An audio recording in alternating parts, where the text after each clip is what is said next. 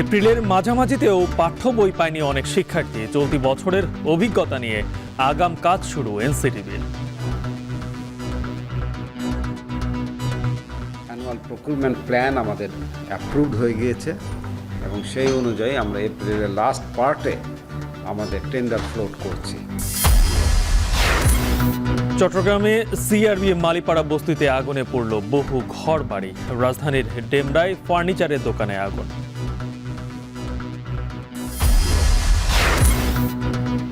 দখল দূষণে মৃতপ্রায় বগুড়ার জীবনরেখা করতোয়া। প্রাণ ফেরাতে পানি উন্নয়ন বোর্ডের কাজে ধীর গতি, মান নিয়েও প্রশ্ন। গাজায় থামছেই না ইসরায়েলি আগ্রাসন। মিশর ও কাতারের মধ্যস্থতায় সফল হয়নি যুদ্ধবিরতি। দেশে দেশে বিক্ষোভ।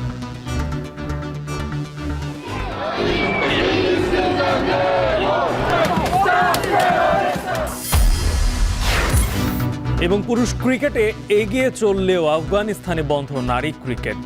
খেলায় ফেরাতে আইসিসির বিশেষ টাস্ক ফোর্স গঠন।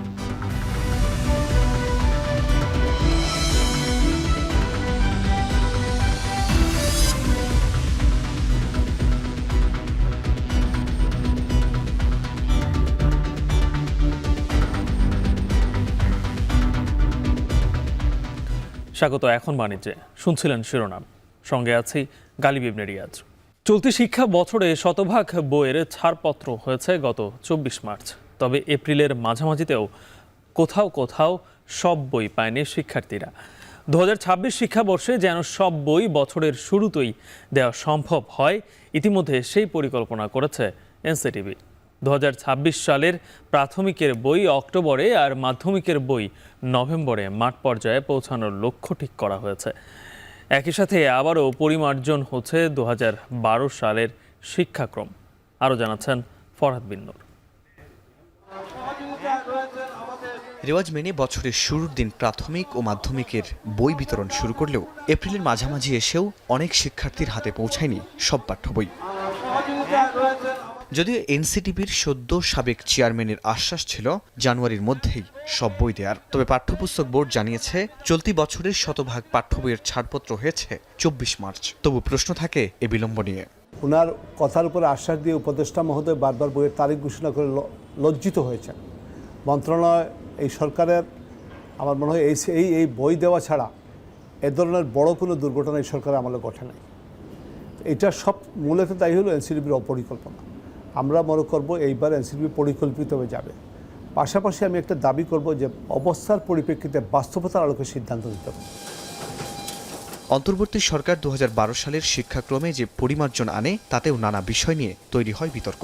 তাই এই শিক্ষাবিদের পরামর্শ, কারিকুলামে পরিবর্তন বা সংযোজন বিয়োজন নিয়ে আগেই কাজ শুরু করতে হবে।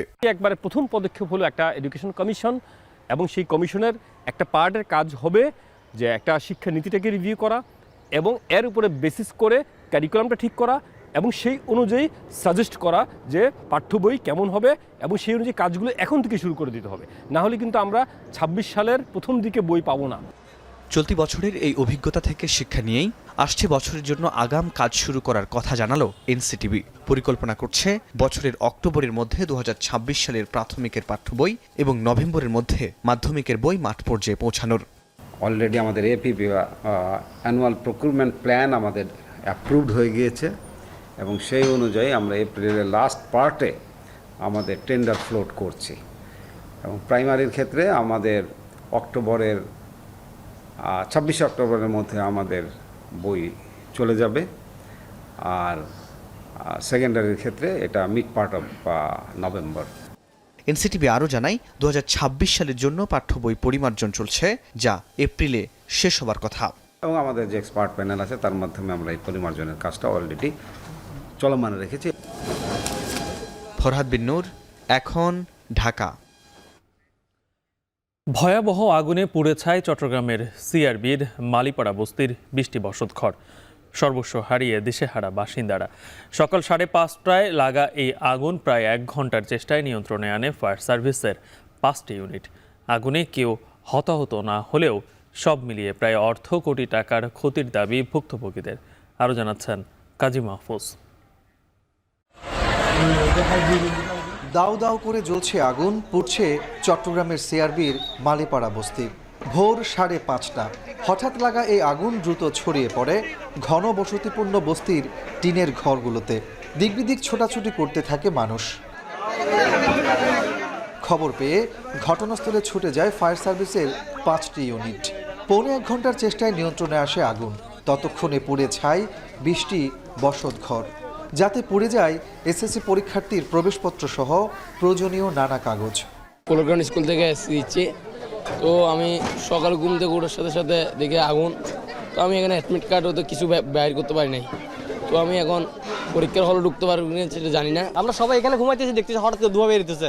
এগুলো সবাই বের হওয়ার দিচ্ছে, অর্ধেক ঘরটাই সবগুলো পুড়ে গেছে। এখান থেকে লোকটা একটা বাতাস যখন এদিকে গোয়া করতেছে, সব দিকে দিয়ে আসে পড়ছে। তবে আগুনে কেউ হতাহত হয়নি। গ্যাস সিলিন্ডার থেকে আগুনের সূত্রপাত বলে ধারণা করছে ফায়ার সার্ভিস। আমরা এখানে মানুষের কাছে জানতে পারলাম এখানে যে ঘনবসতি রেলওয়ের জায়গার ভিতরে এখানে গ্যাস সিলিন্ডার ব্যবহার করা প্রচুর, এবং গ্যাস সিলিন্ডারের আগুন থেকেই আগুনটা লেগেছে বলে আমরা জানছি। এখানে আমরা যারা কাজ করছি এবং যারা এখানে উপস্থিত ছিল কাউকে আমরা হতাহত পাই নাই। ভয়াবহ আগুনে সহায় সম্বল হারিয়ে এখন নিঃস্ব 20টি পরিবার। থামছে না তাদের কান্না। আকস্মিক এই বিপদের পর এখন কোথায় যাবেন, কি করবেন তা ভেবেই দিশেহারা তারা। একটা কাগজ একটা কিছু বের করতে পারি নাই। ক্যাশ টাকা ছিল সব শেষ।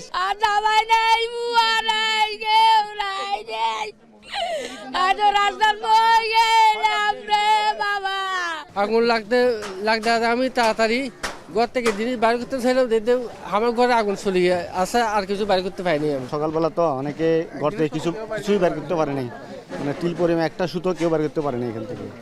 বাংলাদেশ রেলওয়ের জায়গায় গড়ে ওঠা এই বস্তিতে বসবাস করে 500-র বেশি পরিবার। কাজী মাহফুজ, এখন চট্টগ্রাম। এদিকে গভীর রাতে ডেমরার কোনাপাড়া এলাকার একটি ফার্নিচারের দোকানে আগুনে পুড়ে গেছে বহু মালামাল। এতে কয়েক লাখ টাকার ক্ষতি হয়েছে বলে দাবি ভুক্তভোগী ব্যবসায়ীর।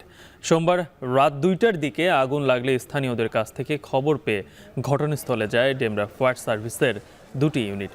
পরে 1 ঘন্টার চেষ্টায় আগুন নিয়ন্ত্রণে আসে। ফার্নিচারের দোকানের পাশে থাকা বৈদ্যুতিক ট্রান্সমিটারের বিস্ফোরণ থেকে আগুনের সূত্রপাত বলে প্রাথমিকভাবে জানিয়েছে ফায়ার সার্ভিস।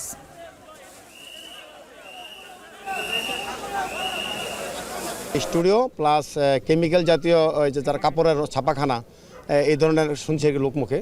তো এটা আর আংশিক কিছু ক্ষতি হয়েছে হয়তো র্যাঙ্কসের, হয়তো ওই হিট ট্রান্সফার করে ওইটাতে কিছুটা ক্ষতি হয়েছে আর কি। আর আল্লাহর রহমতে কোনো আর বাকি আমাদের পাশে যে 4টা বহুতল ভবন আছে এগুলো তো আমরা রক্ষা করতে পারছি, কোনো রকম সমস্যা হয়নি আর কি।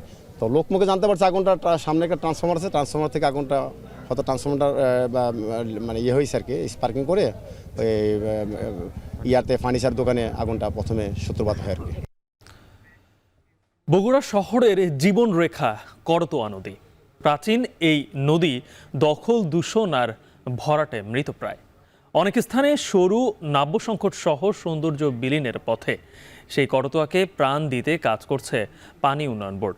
স্থানীয়দের অভিযোগ, কাজের মান ও ধীর গতি নিয়ে। রবিউল ইসলামের ছবিতে মাজদুর রহমানের প্রতিবেদন। বগুড়াবাসীর জীবন জড়ানো করতোয়া নদী।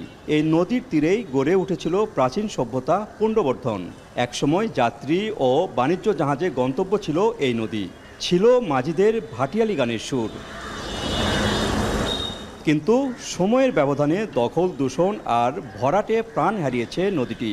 সেই প্রাণ ফেরাতেই কাজ করছে পাওবো। হাতে নিয়েছে 4,713 কোটি টাকার প্রকল্প। বিভিন্ন ধরনের বর্জ্য ব্যবস্থাপনা নদীর মাঝে ফেলানো হয়, পরে নদীটাকে একটা অপরিবেশ নদীর পরিবেশটাকে পুরোটাকে নষ্ট করে ফেলা হয়। করতোয়াটাকে প্রসারিত করার যে উদ্যোগটা নেওয়া হয়েছে, এটা যদি দ্রুত বাস্তবায়ন হয়, আমরা মনে করছি বগুড়াবাসী সহ করতোয়ার দুপারের যে মানুষ, যে জনপদ, এটা আবারও তাদের সেই প্রাণটা ফিরে পাবে। কাজের যে গতি পাওয়ার কথা ছিল, সৌন্দর্য বৃদ্ধির জন্য যে করতোয়ার যে বিষয়টি ভূমিকা ছিল, সেটি লক্ষণীয় নয় আর কি। 28 কিলোমিটার নদী খননের কাজ আগামী জুনে শেষ হওয়ার কথা থাকলেও এখনও কাজ বাকি 30%। তবে বর্ষার শুরুতেই খননের মাটি নদীতেই মিশে যাচ্ছে। এতেও নাব্য সংকটে আশঙ্কা বিশেষজ্ঞদের। আর তীর বাঁধানোর কাজে নিম্নমানের উপকরণ ব্যবহারের অভিযোগও তুলেছেন স্থানীয়রা। কাজ থেকে আমরা একটু আশাবাদী হয়েছিলাম, কিন্তু পরবর্তীতে দেখলাম যে কাজগুলো যে মানের হচ্ছে সেটা আসলে ওই মানের না হয়ে এটা একটা পার্মানেন্টলি একটা সিস্টেমে আমাদের মনে হয় যে কাজগুলো করা উচিত ছিল, এবং যেভাবে খনন কাজ করা হয়েছে এবং মাটি তুলে ওখানে উপরে উঠে রাখা হচ্ছে, এবং পরবর্তীতে বর্ষাকালে আমরা মনে করছি এটা আবার সেই অবস্থায় আগের অবস্থায় ফিরে আসবে। যে টাকাটা বরাদ্দ হয়েছে তার জন্য যথাযথ ব্যবহার করা হয়, একটা স্বচ্ছতা যেন থাকে। আর করতোয়াকে কেন্দ্র করে ইতোপূর্বে কিন্তু আমরা লক্ষ্য করেছি অনেক ধরনের অনিয়ম হয়েছে, বিশেষ করে দখল থেকে শুরু করে। তো সেই জায়গা থেকে যদি আমরা বেরিয়ে এসে একটা স্বচ্ছতা নিয়ে এর শোভাবর্ধন এবং এর যে খরস্রোতার যে নাব্যতার যে চেষ্টা সেটা যদি করা হয়, সত্যিকার অর্থে বগুড়ার বগুড়াবাসী দীর্ঘদিনের যে দাবি প্রত্যাশা সেটি পূরণ হবে। তবে সব অভিযোগ অস্বীকার করে প্রকল্প কর্মকর্তা বললেন, টাস্কফোর্সের মাধ্যমে কাজের তদারকি করায় কোনো অনিয়মের সুযোগ নেই। এসপি ব্রিজ থেকে ডিস্ট্রিবিউশ পর্যন্ত স্লোপ প্রোটেকশন এবং ওয়াকওয়ে নির্মাণ করা হচ্ছে। সেইখানে আমাদের টাস্কফোর্স রয়েছে, তারা গুণগত মান এবং পরিমাণ পরীক্ষা নিরীক্ষা করে সেখানে দিচ্ছে, তারপরে সেগুলো কিন্তু ব্যবহার করা হচ্ছে। সুতরাং গুণগত মান এবং পরিমাণ আমরা 100% এনশিওর হয়ে কিন্তু সেগুলো ব্যবহার করা হচ্ছে, সেখানে কোনো রকমের সুযোগ নাই।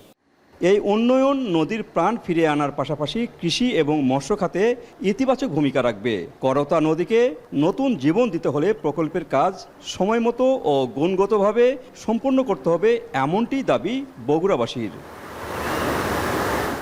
দখল দূষণ এবং মৃতপ্রায় এই করতা নদীকে বাঁচাতে যে প্রকল্প হাতে নেওয়া হয়েছে তার কাজ প্রায় শেষ পর্যায়ে। তবে এই প্রকল্পের ধীর গতি এবং অস্বচ্ছতা নিয়ে রয়েছে বিস্তর অভিযোগ। শহরবাসী চান এই করতাকে সৌন্দর্য বর্ধন করে পর্যটন কেন্দ্রিক গড়ে তোলা হোক। বগুড়ার গোকুল থেকে মাজেদুর রহমান, এখন। আরএফএল ওয়াটার পাম্পের অটো থার্মাল টেকনোলজি, যা বেশি হিটে নষ্ট হয় না, শতভাগ মসৃণ, ব্রাশ ইম্পেলার নিশ্চিত করে অধিক পানির flow. RFL water pump on করলে পানির তুফান। দিন পেরিয়ে রাতেও ছিল নগরীতে নববর্ষ উদযাপনের নানা আয়োজন। দিনের হট্টগোল এড়িয়ে প্রিয়জনদের নিয়ে রাতের বেলা ঘুরতে বের হন অনেকেই। অতীত ভুলে আগামীর সব বাধা পেরিয়ে আরেকটু ভালো দিন কাটানোর আশা নগরবাসীর। রাব্বি হোসেনের প্রতিবেদন, ছবি তুলেছেন মোবারক হোসেন।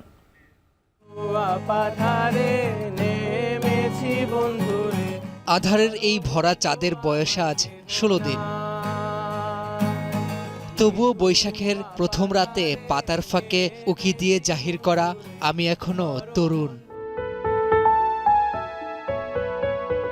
বৈশাখের প্রথম রাত যেন প্রথম প্রেমের মতোই স্নিগ্ধ।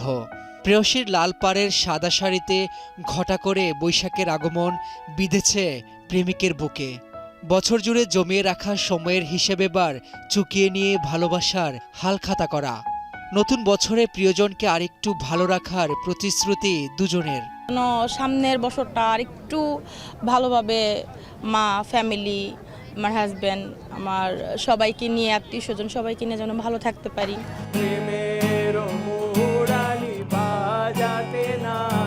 বর্ষবরণের দিনের উদযাপনও ঠেকেছে রাতের গভীরে। নগরীর দিনের হট্টগোল এড়িয়ে কেউ কেউ বৈশাখের প্রথম রাত উদযাপন করেন প্রিয় কোনো গানের সুরে। ফেলে আসা দিনগুলো ভুলে নতুন আরেকটি সূর্যোদয়ের অপেক্ষা বন্ধুদের সঙ্গে। প্রতিবারের মতো একটাই চিন্তা করব, এই বছরের থেকে পরের বছর আরেকটু ভালো করার চেষ্টা, এটাই। প্রতি বছর একটা নতুন সুযোগ এনে দেয় আমাদের জীবনে, নতুন কিছু করার। আমি নিজের ক্যারিয়ার ভালো করে গড়ার চেষ্টা করতেছি। কেউ কেউ পুরো পরিবার নিয়ে উপভোগ করেন রাতের বৈশাখের ঝিরিঝিরি বাতাস। নতুন বছরে নিজের জীবনে আরেকটু বাঙালিয়ানা করা যায় কিনা সেই ভাবনাও অনেকের মনে। আমাদের সংস্কৃতি এত সুন্দর, এটা আসলে আমরা এর মাধ্যমে উপলব্ধি করতে পারি। হালকা বাতাস, হ্যাঁ, বাতাসের সাথে মানে শরীরের ক্লান্তি ভাবটা এখন আর নাই। আসলে অনেক ভালোই লাগতেছে, কারণ আমাদের বিয়ের মাত্র 6 মাস হয়েছে, আর আজকে ফার্স্ট টাইম আমরা এত রাত পর্যন্ত একসাথে দুজনকে টাইম দিতে পারছি। নতুন বছরের প্রথম দিনটি প্রিয়জনদের সঙ্গে যেভাবে উচ্ছ্বাস আর উদ্দীপনায় কাটিয়েছেন, ঠিক সেভাবেই বছরের সবকটি দিন কাটানোর প্রত্যাশা নগরবাসীর। রাব্বি হোসেন, এখন, ঢাকা। বৈশাখের দ্বিতীয় দিনেও পর্যটকদের পদচারণায় মুখর কুয়াকাটা সমুদ্র সৈকত। এ নিয়ে বিস্তারিত জানাতে যুক্ত হচ্ছেন সহকর্মী জসিম পারভেজ। জসিম, আজ সৈকতে পর্যটকদের উপস্থিতি কেমন দেখছেন, আর এই যে বৈশাখ কেন্দ্রিক যে পর্যটন বাণিজ্য সেটি কতটুকু জমল? গালিব, আজ কিন্তু নববর্ষের দ্বিতীয় দিন। সেই দ্বিতীয় দিনে কিন্তু সরকারি ছুটি না থাকলেও দেশের বিভিন্ন স্থান থেকে শত শত পর্যটকের মিলন মেলায় পরিণত হয়েছে দেশের দ্বিতীয় বৃহত্তম সমুদ্র সৈকত এবং সাগরকন্যা কুয়াকাটায়। আপনি দেখতে পাচ্ছেন আমার পিছনে এখন কিন্তু সমুদ্রে জোয়ার চলছে। সেই জোয়ারের ঢেউয়ের সঙ্গে যুদ্ধ করে মিতালি গড়ে এখানকার অনেক পর্যটক তারা স্নান করে নিচ্ছেন। এখানকার যে 2 শতাধিক হোটেল মোটেল রিসোর্ট রয়েছে, সে সকল হোটেল মোটেল রিসোর্টের প্রায় 15 থেকে 30% রুম বুকিং আছে, এমনটি নিশ্চিত করেছে এখানকার ব্যবসায়ীরা। তবে বিভাগীয় পর্যায়ে যে সকল পর্যটক রয়েছেন তারা এখানে বিচরণ করছেন স্বজনদের নিয়ে। কুয়াকাটা সৈকতের 22 কিলোমিটার এলাকার যে সকল দর্শনীয় স্পট রয়েছে সে সকল স্পটে বিচরণ করছেন এবং নারিকেল বাগান, তাল বাগান, ঝাউ বাগান, টেংরাগিরি বন এবং 3 নদের মোহনা এবং গঙ্গামতী কাউয়ার চর সহ বিভিন্ন দর্শনীয় স্পটের যে সকল বন বনানী রয়েছে সে সকল বন বনানীতে তারা বিচরণ করছে। তবে সাগর উত্তাল থাকায় এখানকার যে চর বিজয়ে যে গভীর সমুদ্রে যে গোঠার যে চর, সে চরে কিন্তু বিচরণটা কমিয়ে দিয়েছেন স্থানীয় প্রশাসন। পুলিশ তদারকিতে সেই স্পিড বোটগুলো চলাচল করছে। তো এখানকার যে অন্যান্য যে ব্যবসা বাণিজ্যিক প্রতিষ্ঠান রয়েছে সে সকল ব্যবসা প্রতিষ্ঠানে কিছুটা বেচা বিক্রি রয়েছে এমনটি নিশ্চিত করেছে এখানকার যে ব্যবসায়ী রয়েছেন। তারা বলেছেন যে প্রতিদিন তাদের 4 থেকে 5,000 টাকা বেচা বিক্রি হচ্ছে প্রতিটি দোকানে।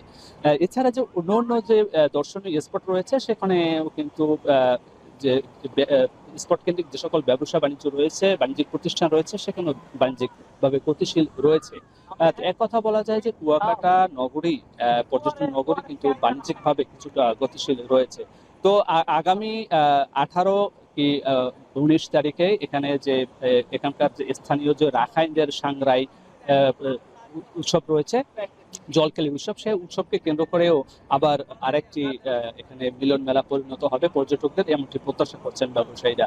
তো এক কথা বলা যায় যে পর্যটন নগরী বর্ষবরণের দ্বিতীয় দিনেও সরগরম রয়েছে, বাণিজ্যিকভাবে গতিশীল রয়েছে। এই ছিল আমার কাছে সবশেষ। গালিব। নীলফামারীর সৈয়দপুর বাজারে সরবরাহ বাড়ায় কিছুটা কমেছে গ্রীষ্মকালীন সবজির দাম, তবে ডিমের দাম হালিতে বেড়েছে 4 টাকা। এ নিয়ে বিস্তারিত জানাতে সৈয়দপুর পৌর কাঁচা বাজার থেকে যুক্ত হচ্ছেন আমিরুল। বাপ্পি, বাজারে গ্রীষ্মকালীন সবজির সরবরাহটা কেমন দেখছেন, আর ডিমের দাম বাড়ার কারণ কি?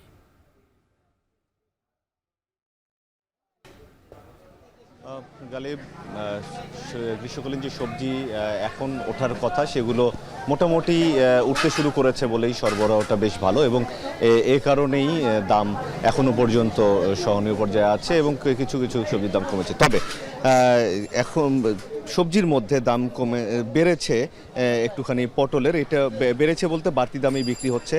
এটি 70 থেকে 80 টাকা প্রতি কেজি বিক্রি হচ্ছে দেশি পটলটি, আর যেটি বিদেশি জাতের পটল সেটি বিক্রি হচ্ছে 40 থেকে 50 টাকা কেজিতে। এছাড়া অন্যান্য সবজির দামগুলো যদি একটু জানাতে চাই, যেমন বেগুন বিক্রি হচ্ছে 40 থেকে 50 টাকা কেজিতে। এছাড়া সজনা বিক্রি হচ্ছে 60 থেকে 80 টাকা কেজিতে, যদিও সজনার মৌসুম প্রায় শেষের দিকে। এছাড়া আলু বিক্রি হচ্ছে 24 থেকে 25 টাকা কেজিতে দেশি জাতটা, এবং বিদেশি জাতটা বিক্রি হচ্ছে 16 থেকে 18 টাকা কেজিতে। পেঁয়াজের দাম কিছুটা বেড়েছে। পেঁয়াজের দাম রমজানের মধ্যে 40 টাকা কেজি ছিল, এখন সেটি 55 টাকা কেজিতে বিক্রি হচ্ছে আজকের বাজারে, অর্থাৎ কেজিতে প্রায় 15 টাকা বেড়ে গেছে। এছাড়া সহনীয় পর্যায়ে আছে রসুনের দাম 90 থেকে 100 টাকা কেজি, আদার দাম সহনীয় 100 থেকে 120 টাকা কেজিতে। তবে যেটি বলছিলাম যে ডিমের দাম বেড়েছে। ডিম রমজানেও বিক্রি হয়েছিল 36 টাকা হালি, সেটি এখন বিক্রি হচ্ছে 40 টাকা হালিতে। কেজি হালি প্রতি 4 টাকা করে বেড়ে গেছে। এটার পিছনে কারণ বলছে যে রমজানে ডিমের চাহিদা একটু কম থাকে, এই জন্য দাম কমে যায়, আর ঈদের পরে আবারও ডিমের চাহিদা বেড়েছে, তাই একটুখানি দাম বেড়েছে, এটি দাবি করছেন ব্যবসায়ীরা। এছাড়া অন্যান্য যেসব নিত্যপণ্য আছে সেগুলো সবগুলোর দাম মোটামুটি আগের মতো থাকলেও সয়াবিন তেলের দাম বেড়েছে কয়েকদিন আগে, তো সেই সয়াবিন তেল বিক্রি হচ্ছে বাড়তি দামেই। এছাড়া যেসব টয়লেট্রিজ পণ্য আছে সেগুলোর দাম আগের থেকে তো অবশ্যই বেড়েছে, অল্প অল্প করে বেড়েছে, যার কারণে খুব বেশি প্রভাব বাজারের মধ্যে পড়েনি। এছাড়া মাছ মাংসের দামও সহনীয় পর্যায়ে আছে, যেহেতু গতকালকেই পহেলা বৈশাখ একটা উৎসব গেল, তো সেই উৎসবের পরদিন আজকে, সেই তুলনায় আজকে বাজারে ক্রেতার যে সংখ্যা সেই সংখ্যাটা কিছুটা কম। সাধারণত এই সময় বাজার কাঁচা বাজারে ভরপুর ক্রেতা থাকে, তো আজকে আমরা দেখছি যে সেই ক্রেতার সংখ্যা কিছুটা কম। মুরগির দাম সহনীয় পর্যায়ে আছে। ব্রয়লার থেকে শুরু করে দেশি মুরগির দাম 180 থেকে শুরু করে 500 টাকা পর্যন্ত এটি প্রকারভেদে মুরগি বিক্রি হচ্ছে, গরুর মাংস বিক্রি হচ্ছে 650 টাকা কেজিতে। তো সব মিলিয়ে বাজার পরিস্থিতি যেটি আছে সেটি বলা যায় যে মোটামুটি সহনীয়। গ্রীষ্মকালীন সবজিটার দাম আরও কমে যাবে। তো গালিব, এই ছিল আমার কাছে সৈয়দপুর বাজার থেকে সবশেষ অবস্থা। যুক্ত ছিলেন সহকর্মী আমিরুল বাপ্পি। সামুদ্রিক মাছের প্রজনন ও সংরক্ষণের জন্য শুরু হয়েছে সাগরে মাছ শিকারে 58 দিনের নিষেধাজ্ঞা। এরই মধ্যে তীরে ফিরতে শুরু করেছেন জেলেরা। বিস্তারিত জানাতে যুক্ত হচ্ছেন সহকর্মী জিয়াদ মাহমুদ। জিয়াদ, সব জেলেরা কি এখন পর্যন্ত তীরে ফিরে এসেছেন? তাদের সহায়তায় প্রশাসনের পদক্ষেপ কি?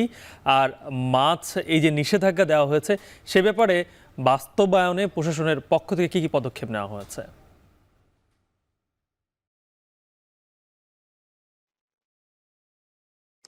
গালিব, মানে আজ থেকে সাগরে মাছের উৎপাদন এবং প্রজননের বৃদ্ধির লক্ষ্যে সরকার নির্ধারিত যে 58 দিনের নিষেধাজ্ঞা, সেই নিষেধাজ্ঞা শুরু হয়েছে এবং উপকূলের যে সমুদ্রগামী জেলেরা রয়েছেন, বরগুনা, পিরোজপুর কিংবা পটুয়াখালী জেলেরা, তারা কিন্তু ইতোমধ্যেই নিরে ফিরেছেন। তারা ট্রলার ঘাটে ট্রলারটি নোঙর করে রেখেছেন এবং আমরা দেখেছি যে জেলেরা কিন্তু গতকাল কিংবা তার আগে থেকেই কিন্তু ফেরার যে উৎসব সেটি কিন্তু তারা সম্পন্ন করেছেন। এবং আমরা পাথরঘাটা মৎস্য অবতরণ কেন্দ্র কিংবা ফকিরহাট মৎস্য উপকেন্দ্র এবং একই সাথে যে পিরোজপুরের পাড়ের হাট মৎস্য অবতরণ কেন্দ্র, সেখানকার খোঁজ খবরও নিয়েছে। সেখানে কিন্তু জেলেরা তাদের ট্রলারটিকে থামিয়ে রেখেছেন, কেউ বা জাল বুনছেন, কেউ বা জীবিকার বাহন শখের ট্রলারটিকে মেরামত করছেন। এবং জেলেদের সাথে কথা হয়েছে, তারা বলছেন যে তারা সরকার নির্ধারিত যে সময়ে নিষেধাজ্ঞা দেওয়া হয়েছে সেই নিষেধাজ্ঞা তারা পালন করবেন এবং তারা খুশি। তারা বলছেন যে বিগত দিনগুলোতে তাদের দাবি ছিল যে ভারতের সাথে মিলিয়ে একত্রে যাতে নিষেধাজ্ঞা দেওয়া হয় এবং সরকার কিন্তু সেই পদক্ষেপই নিয়েছে। এবছর ভারতের সাথে মিলিয়ে তারা নিষেধাজ্ঞা নির্ধারণ করেছে এবং একই সাথে নিষেধাজ্ঞার সময় কিছুটা কমিয়ে এনেছে। বিগত বছরগুলো যেখানে 65 দিনের নিষেধাজ্ঞা থাকতো, এখন সেখানে 58 দিন করা হয়েছে। এতে কিন্তু ব্যাপক উৎসাহ উদ্দীপনা রয়েছে জেলেদের মধ্যে। জেলেরা বলছেন যে এই সময়টা তারা পরিবার পরিজনের সাথে সময় কাটাবেন এবং এখানে যে জাল মেরামত, ট্রলার মেরামত থেকে শুরু করে তারা সেই কাজগুলো সম্পন্ন করবেন। এবং জেলেদের বরগুনায় নিবন্ধিত অনিবন্ধিত মিলিয়ে লক্ষাধিক জেলে থাকলেও সমুদ্রগামী 27,250 জন জেলেকে প্রণোদনার আওতায় নেওয়া হয়েছে। তাদের প্রত্যেকেই সরকার নির্ধারিত যে চাল সেই চাল পাবে। এবং পিরোজপুরের জেলা মৎস্য কর্মকর্তার সাথেও কথা হয়েছে, তিনি জানিয়েছেন যে 5,500 জেলে সমুদ্রগামী তাদেরকে প্রণোদনার আওতায় নেওয়া হয়েছে এবং তারা প্রত্যেকে 86 করে চাল পাবেন বলে তিনি আমাদের নিশ্চিত করেছেন। এদিকে জেলেদের একটি মাত্র অভিযোগ রয়েছে। জেলেরা বলছেন যে তারা ফিরে এসেছেন ঠিকই, কিন্তু অসাধু প্রভাবশালী জেলেরা রয়েছেন পাথরঘাটা কিংবা মহিপুরের ট্রলার মালিকরা রয়েছেন, তারা কিন্তু রাতের আধারে সমুদ্রে তাদের ট্রলারটিকে প্রেরণ করেন এবং মাছ শিকার করে তারা নিয়ে আসেন। এবং এখানে একটি ম্যানেজের বিষয়ে কিন্তু অভিযোগ করছেন এখানকার জেলে। তারা বলছেন যে মাছের সুষ্ঠু উৎপাদন এবং প্রজনন নিশ্চিতের লক্ষ্যে সরকারকে এই বিষয়টিকে কঠোর হস্তে দমন করতে হবে, যাতে কোনো ধরনের অসাধু জেলে, অসাধু প্রভাবশালীদের ট্রলার সমুদ্রে এই সময় না যেতে পারে, সে বিষয়ে যেন পদক্ষেপ নেওয়া হয়। এবং জেলা মৎস্য কর্মকর্তাদের সাথে আমাদের কথা হয়েছে, তারা জানিয়েছেন যে নিষেধাজ্ঞার সময় বিগত বছরগুলোতে যেভাবে টহল জোরদার করা হয়েছিল তার থেকেও বেশি এই সময়টায় টহল জোরদার করা হবে বলে তারা আমাদের নিশ্চিত করছে। এবং এই বরগুনার পায়রা, বিষখালী, বলেশ্বর কিংবা আন্দারমানিক নদী কিন্তু এই নিষেধাজ্ঞার আওতামুক্ত থাকবে এবং এই সময় ছোট ছোট ট্রলারে করে এখানকার যারা জেলে রয়েছেন তারা মাছ শিকার করবেন। তো প্রণোদনার চাল বিতরণ এখন পর্যন্ত শুরু হয়নি। জেলা মৎস্য কর্মকর্তারা বলেছেন যে বরাদ্দ আসলেই তারা জেলেদের মাঝে প্রণোদনার চাল বিতরণ করবে। তো এই ছিল বরগুনা ট্রলার ঘাট থেকে আমার কাছে সবশেষ। গালিব। বরগুনা থেকে যুক্ত ছিলেন সহকর্মী জিয়াদ মাহমুদ। শরীয়তপুরের জাজিরা যেন বোমা বিস্ফোরণের জনপদ। আধিপত্য নিয়ে সংঘর্ষে হরহামেশায় ব্যবহার হচ্ছে হাত বোমা। এতে ঝরছে প্রাণ, পঙ্গু হচ্ছেন অনেকেই। অভিযোগ রয়েছে নৌপথে আসে এসব বোমা তৈরির সরঞ্জাম, পরবর্তীতে স্থানীয়ভাবে তৈরি হয় বোমা। সম্প্রতি জাজিরার সংঘর্ষে এক হাত বোমার ব্যবহার নতুন করে আলোচনার জন্ম দিয়েছে। সহিংসতার এমন ঘটনা থেকে মুক্তি চান স্থানীয়রা। কাজী মনিরুজ্জামানের প্রতিবেদনে বিস্তারিত। আধিপত্য বিস্তার ঘিরে 7 দিনের ব্যবধানে গেল রোববার শরীয়তপুরের জাজিরায় আবারও সংঘর্ষে জড়ায় দুই পক্ষ। 26 পাড়া এলাকায় ঘটানো হয় শতাধিক হাত বোমার বিস্ফোরণ। এর আগে গত 5 এপ্রিল দেশ জুড়ে আলোচিত হয় জাজিরা বিলাসপুরে আধিপত্য বিস্তার ঘিরে দুই পক্ষের সংঘর্ষে মুহুর্মুহু হাতবোমা ব্যবহার, যেখানে দেখা মেলে বালতি ভর্তি হাতবোমা। ব্যবহার হয় ঢাল, সরকি, রামদা।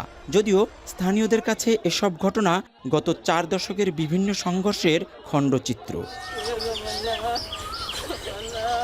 গেল বছরের 2 এপ্রিল এমনই এক সংঘর্ষে হাতবোমার আঘাতে নিহত হয় বিলাসপুরের মুন্সিকান্দি গ্রামের সজীব মুন্সি। বছর পেরিয়ে স্বামীর কবরের পাশে স্ত্রী সোনিয়া আক্তারের আর্তনাদ। তার মতো অনেকেই হারিয়েছেন স্বামী, সন্তান আর প্রিয়জনকে। হাতবোমার আঘাতে শরীরে ক্ষতচিহ্ন বয়ে বেড়াচ্ছেন শত শত মানুষ। হাঁটতে পারিনি, চলাফেরা করতে পারিনি, বেডে ছিলাম 3 মাস পর্যন্ত, পা প্লাস্টার করা ছিল। কত মা সন্তান হারাইব, কত ছেলে মেয়ে বাবা হারাইব। আমার বাচ্চার 4 বছর, হ্যাঁ, বাবা যার না থাকে ওর দুনিয়াতে কি থাকে। সব সময় ভয়ে ভয়ে থাকি, কখন কোন জায়গায় গ্যাঞ্জাম হইব, কখন কোন জায়গায় বোমাবাজি হইব। যদি বমের এইটা জায়গায় দেশে তো এই দেশ ঠান্ডা যাবো। বমের মাইন না থাকলে দেশে মাইর কি করবো না। ধরা খাইলে 2-1 দিনের মধ্যে জামিন দিয়ে দেয়, বেশি হইলে 5-6 দিন খাটে জামিন আইসা পড়ে, মানে ওরই ক্ষমতা। আর জলিল মাদরে টাকাও নাই, হ্যাঁ টাকা খরচও করতে পারে না, আর হ্যাঁ ক্ষমতাও নাই। যে কোনো মুহূর্তে মনে করেন যে দেখা যাইতেছে বোম পড়তেছে, ভালো মানুষের উপর বোম পড়তেছে, যারা মারামারি করে তাদের উপর বোম পড়ে, মহিলা বলেন পুরুষ বলেন। এসব হাতবোমা তৈরির রসদ কোথা থেকে আসে, কিভাবেই বা তৈরি করা হয় হাতবোমা, সে সবই জানাচ্ছিলেন বিলাসপুরের মুন্সিকান্দি গ্রামের আলী হোসেন মুন্সি। টলারে করে আনি আইনে এখান তো যায়, এই নদীতে যায়, এখন পথে তো নামাই রাখে। বাচ্চা আইনে মনে করেন যে এরা ওই পাড়ায় বাড়িটা হেসে ওই যে এই 1.5 ইঞ্চি 1 ইঞ্চি ছবি আছে না তারকাটা, এই তারকাটার ভিতরে ভরে মামলা নিয়েছে পুলিশ বাদী হয়ে। সহিংসতা বন্ধে সামাজিক প্রতিরোধ গড়ে তোলার পাশাপাশি আইনশৃঙ্খলা বাহিনীর নানা উদ্যোগের কথা জানিয়েছেন জাজিরা থানার ভারপ্রাপ্ত কর্মকর্তা। গত 5 তারিখে যে ঘটনাটা আপনারা দেখেছেন, সেটা আমরা মামলা নিয়েছি পুলিশ বাদী হয়ে, এবং ইতিমধ্যে আমরা 11 জনকে গ্রেপ্তার করতে সক্ষম হয়েছি। এই অভিযান আমাদের অব্যাহত আছে। 1984 সালে ইউনিয়ন পরিষদ নির্বাচনকে কেন্দ্র করে শুরু হয় হাতবোমার সহিংসতা। আধিপত্য বিস্তারে এখন এসব সংঘর্ষের নেতৃত্বে রয়েছে জাজিরার বিলাসপুর ইউনিয়ন পরিষদের বর্তমান চেয়ারম্যান কুদ্দুস ব্যাপারী ও তার প্রতিপক্ষ জলিল মাতবর। বর্তমানে তারা দুজনই কারাগারে। তাদের বিরুদ্ধে রয়েছে দেশের বিভিন্ন থানায় শতাধিক মামলা। 4 দশক ধরে এই অঞ্চলে চলে আসা এই সংঘর্ষ এখন বোমার রাজনীতিতে পরিণত হয়েছে। বিলাসপুরের বাতাসে এখন বারুদের গন্ধ ছড়িয়ে পড়েছে। বিলাসপুরের এই সর্বশেষ ঘটনার মধ্য দিয়ে বোমা আতঙ্ক থেকে মুক্ত হতে চায় এই অঞ্চলের মানুষ। কাজী মনিরুজ্জামান, এখন জাজিরা, শরীয়তপুর। বিনামূল্যে 33 লাখ মানুষকে স্বাস্থ্য সেবা দিতে নদীবেষ্টিত দুর্গম অঞ্চলে ভেসে বেড়াচ্ছে ভাসমান হাসপাতাল কিং আবদুল্লাহ বিন আব্দুল আজিজ।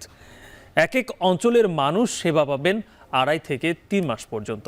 সেবায় সন্তুষ্ট হলেও দুর্গম অঞ্চলে স্থায়ী সেবা কেন্দ্র খোলার অনুরোধ জানিয়েছেন সেবাগ্রহীতারা। রাজীব শেখের ছবিতে চাঁদপুর থেকে ফিরে আরও জানাচ্ছেন মুজাহিদ শুভ।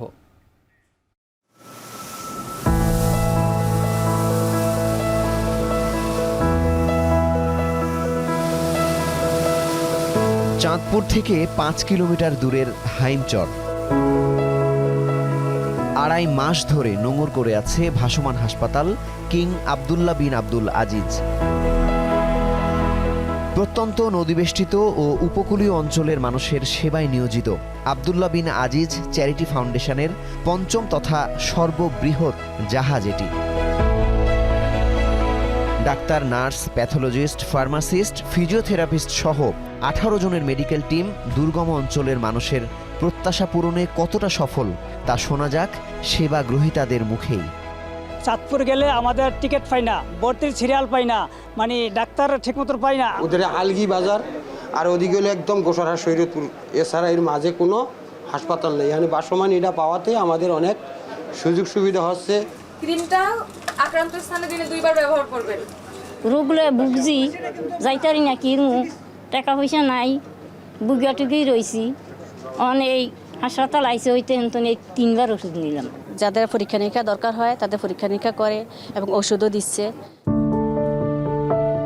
নাগালের মধ্যে হাসপাতাল না থাকায় যারা দীর্ঘদিন রোগ চেপে বসেছিলেন তারা দফায় দফায় এসেছেন সেবা নিতে। কেউ কেউ সপরিবারে বা এক দফায় 3 ধরনের রোগের চিকিৎসা নিয়ে বাড়ি ফিরছেন। নিয়েছেন বিনামূল্যের ওষুধ, ফ্রিতে পরীক্ষা করেও ফলাফল পাচ্ছেন এক বেলাতেই। আমি আরও 2 বার আগে আসছি, আবার আজকে আসলাম। আগে আইছিলাম ব্যথার জন্য, আর আজকে আইছি চোখের জন্য। আমার ধরেন আমার এই ভাওয়ার ব্যথা লেগে আমি বসতারি না উঠতারি না, বুঝিনি আইছি, ওষুধ দিছে, আল্লাহর রহমত ভালো হয়েছে। আমি যেই কারণে নিছি আমারটা আল্লাহর রহমত ভালো হয়েছে, আমার স্বামী এবং আমার ছেলে মেয়ে সবাই ভালো হয়েছে।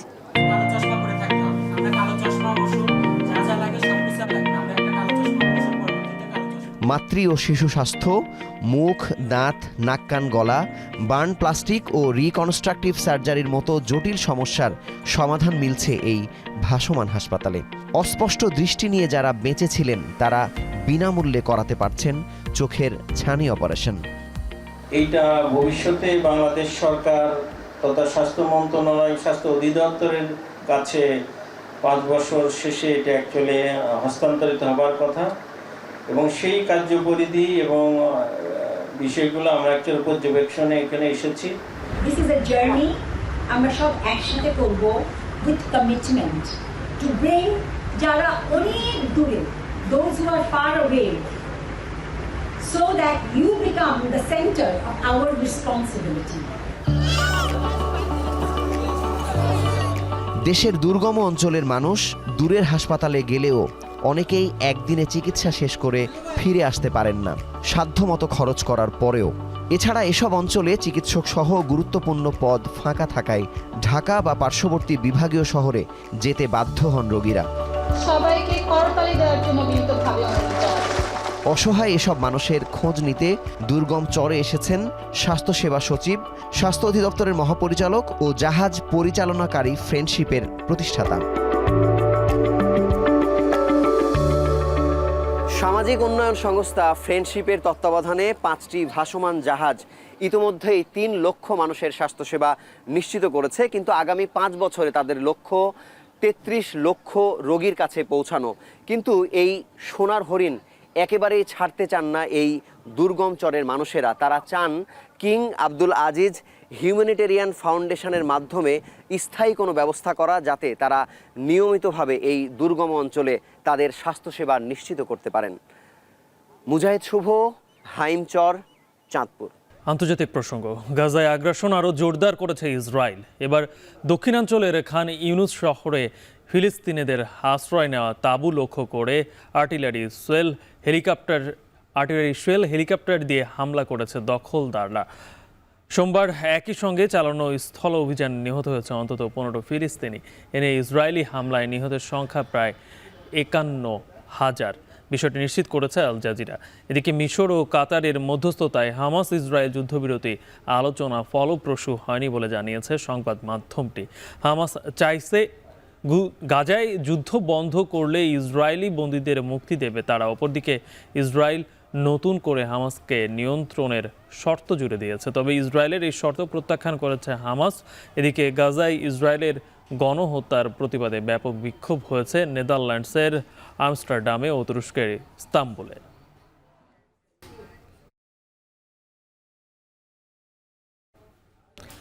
গেল 2 দশকেরও বেশি সময় ধরে বিশ্বব্যাপী খবরের শিরোনামে রয়েছে ইরানের পরমাণু প্রকল্প।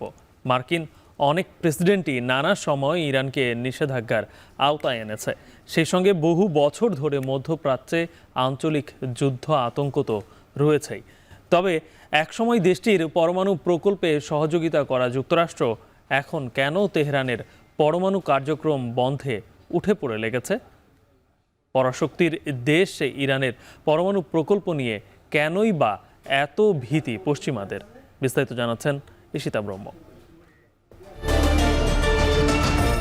ইরানের শেষ শাহ ছিলেন শাহ মোহাম্মদ রেজা পাহলাভি। তার আমলে 1950 সালে প্রথম শুরু হয় ইরানের পরমাণু কার্যক্রম। সে সময়টা যুক্তরাষ্ট্র চাইতো মিত্র দেশগুলোর পরমাণু সক্ষমতা থাকুক। তেহরান বিশ্ববিদ্যালয়ে গবেষণার জন্য রিঅ্যাক্টর তৈরিতে সহযোগিতা করেছিল যুক্তরাষ্ট্র। শাহ পাহলাভি চেষ্টা করেছিলেন রিঅ্যাক্টর গ্রিডগুলো দিয়ে শহরগুলোতে বিদ্যুৎ পৌঁছে দিতে। 1970 সালে ফ্রান্স আর পশ্চিম জার্মানির সঙ্গে চুক্তি হয় আরও রিঅ্যাক্টর তৈরির। সেই সঙ্গে যুক্তরাষ্ট্র সম্মতি জানায় ইউরেনিয়াম প্রক্রিয়াজাত আর সমৃদ্ধকরণে। সে সময় তেহরানকে মিত্র হিসেবেই বিবেচনা করত পশ্চিমারা। কিন্তু পুরো পরিস্থিতি বদলে গেল 1979 সালের ইসলামী বিপ্লবের পর। শাহকে হটিয়ে ক্ষমতা দখলে নিয়ে দেশে ইসলামিক প্রজাতন্ত্র প্রতিষ্ঠা করলেন রুহুল্লাহ খোমেনি। এরপর ইরানের সব পরমাণু প্রকল্পের কাজ বন্ধ হয়ে যায়। পশ্চিমারা পিছু হটায় কাঁচামাল সংকটে অনেক প্রকল্প স্থগিত হয়ে যায়। 1980 থেকে 1990 সালে আবারও পরমাণু প্রকল্পের কার্যক্রম শুরু করে তেহরান। ইসলামিক প্রজাতন্ত্র চুক্তি স্বাক্ষর করে রাশিয়া আর পাকিস্তানের সঙ্গে। শুরু হয় নাতাঞ্জ আর আরাক কেন্দ্রের কার্যক্রম। কিন্তু দানা বাঁধতে থাকে সন্দেহ, কারণ অনেক কিছুই চলছিল গোপনে। অবগত ছিল না আন্তর্জাতিক আণবিক শক্তি সংস্থা। 2002 সালে প্রকাশ্যে আনা হয় নাতাঞ্জ আর আরাক পরমাণু প্রকল্প, যা তাক লাগিয়ে দেয় পশ্চিমাদের।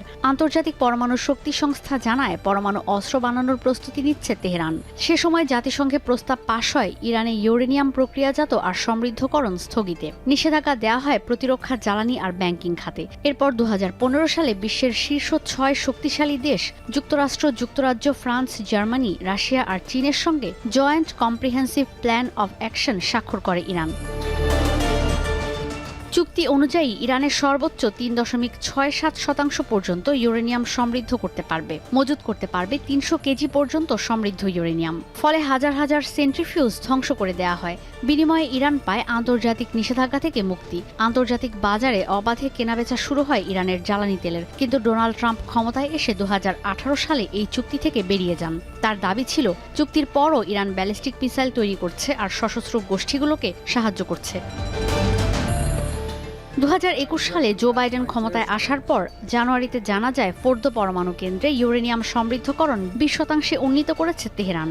এপ্রিলের দিকে জানা যায় ইউরেনিয়াম 60% পর্যন্ত সমৃদ্ধ করে ফেলেছে তেহরান। শুধু তাই নয়, 90% পর্যন্ত পরমাণু অস্ত্র তৈরির জন্য প্রস্তুত তারা। যুক্তরাষ্ট্রের গোয়েন্দা সংস্থাগুলো বলছে ইরান যদি চায় কয়েক সপ্তাহের মধ্যে পরমাণু অস্ত্র তৈরি করতে পারে। ইরানের ভূগর্ভস্থ ড্রোন আর মিসাইলের শহর সেই প্রমাণই দেয়। প্রতিরক্ষা খাতে কতটা এগিয়ে তেহরান। যদিও তেহরান বারবারই বলে আসছে শান্তিপূর্ণভাবে পরমাণু কার্যক্রম চালিয়ে যাচ্ছে তারা, কিন্তু ইসলামী প্রজাতন্ত্রের এই দেশের পরমাণু প্রকল্প নিয়ে বরাবরই উদ্বেগ পশ্চিমা বিশ্বের। ডোনাল্ড ট্রাম্প পুনরায় ক্ষমতায় আসার পর ইরানকে পরমাণু ইস্যুতে চুক্তিতে আসতে চাপ দিয়ে আসছেন। ইরানের ক্রমাগত ইউরেনিয়াম সমৃদ্ধকরণে সম্ভাব্য হামলা ঠেকাতে মধ্যপ্রাচ্যের সামরিক সক্ষমতাও বাড়িয়েছে ওয়াশিংটন। পরমাণু ইস্যুতে যুক্তরাষ্ট্র ইরানের আলোচনা কতটা ফলপ্রসূ হবে সেই বিষয়ে এখনও নিশ্চিত করে কিছু বলা না গেলেও মধ্যপ্রাচ্যের শান্তি সংঘাত অনেকটাই নির্ভর করছে এই চুক্তির উপর, এমনটাই মত বিশ্লেষকদের। ঈশিতা ব্রহ্ম, এখন বিশ্ব। ট্রাম্প প্রশাসনের নীতি মানতে রাজি না হওয়ায় যুক্তরাষ্ট্রের বিখ্যাত হাওয়ার্ড বিশ্ববিদ্যালয়ের $220 কোটি জব্দ করার ঘোষণা দিয়েছে হোয়াইট হাউস। বিষয়টি নিশ্চিত করেছে CNN। হার্ভার্ডের অর্থ বিভাগ ফেডারেল সরকারের আওতায় থাকবে উল্লেখ করে গত সপ্তাহে বিশ্ববিদ্যালয়ের কর্তৃপক্ষকে চিঠি পাঠায় টাস্কফোর্স। তবে বিষয়টি প্রত্যাখ্যান করেছে তারা। এক বিবৃতিতে হার্ভার্ড বিশ্ববিদ্যালয়ের প্রেসিডেন্ট অ্যালান এম গারবার জানান, বিশ্ববিদ্যালয় তার স্বাধীনতা হারাতে চায় না। এতেই মূলত ক্ষুব্ধ হয়ে অর্থ জব্দের ঘোষণা দেন ট্রাম্প। নীতি না মানলে যুক্তরাষ্ট্রের বেশ কিছু শিক্ষা প্রতিষ্ঠানের অর্থায়ন বন্ধের হুঁশিয়ারি দেন তিনি।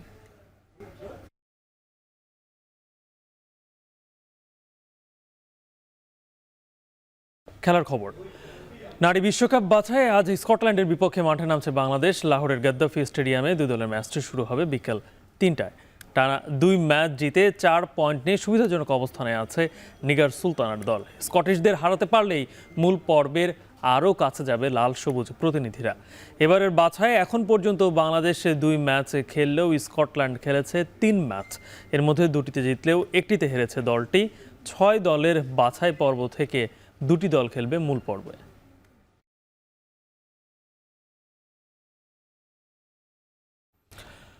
আফগান নারী ক্রিকেট দলকে ক্রিকেটে ফেরাতে বিশেষ টাস্ক ফোর্স গঠন করেছে আন্তর্জাতিক ক্রিকেট সংস্থা। মস্ত বড় এই উদ্যোগে আইসিসির সাথে অংশগ্রহণ করছে ভারত, অস্ট্রেলিয়া ও ইংল্যান্ড। নারী ক্রিকেটের যাত্রা অব্যাহত রাখতেই এমন উদ্যোগ নেওয়া হয়েছে বলে জানিয়েছেন আইসিসির চেয়ারম্যান জয় শাহ। আরও জানাচ্ছেন আরিফুল ইসলাম সাহাব।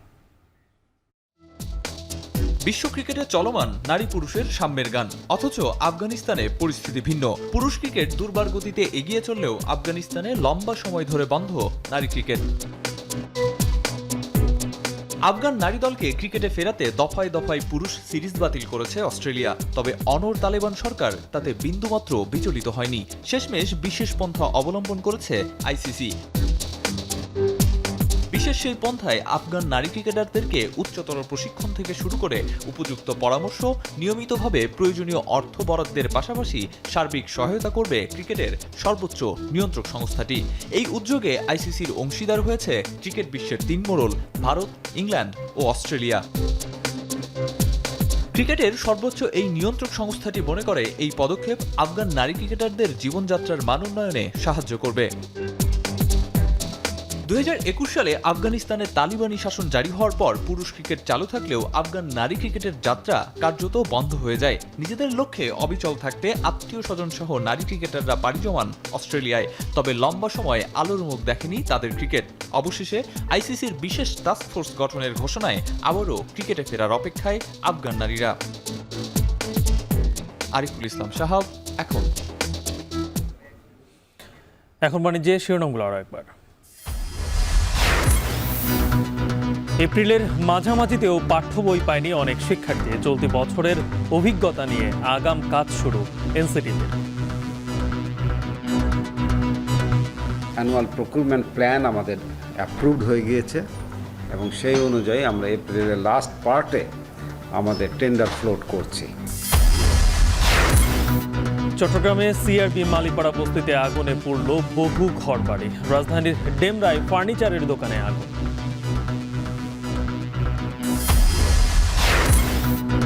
দখল দূষণে মৃত প্রায় বগুড়ার জীবনরেখা করতোয়া। প্রাণ ফেরাতে পানি উন্নয়ন বোর্ডের কাজে ধীর গতি, মান নিয়েও প্রশ্ন।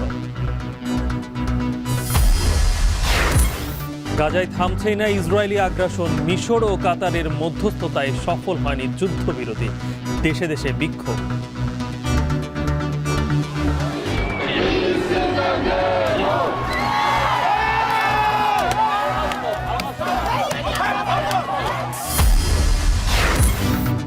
এবং পুরুষ ক্রিকেট এগিয়ে চললেও আফগানিস্তানে বন্ধ নারী ক্রিকেট। খেলায় ফেরাতে আইসিসির বিশেষ টাস্ক ফোর্স গঠন।